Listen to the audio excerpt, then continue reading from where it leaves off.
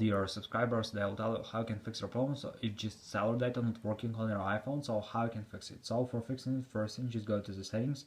In the settings you need to find here mobile data or cellular data. Just open it, just try to turn it off and turn on again. Also you can try to open cellular data options and just tap on voice and data and just change it from LTE to 3G or to 2G and after to LTE again.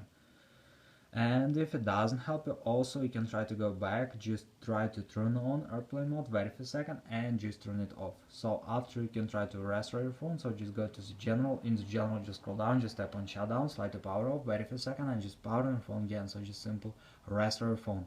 And if it doesn't help you, if you still have this error, so you can also just try to update your phone. So just go to the general, in the general just open software update, and if you see here available update, just tap on download and install and wait until it will successfully install the latest updates for your iPhone. So thanks for watching, have a nice day, subscribe to my channel, click like, and goodbye.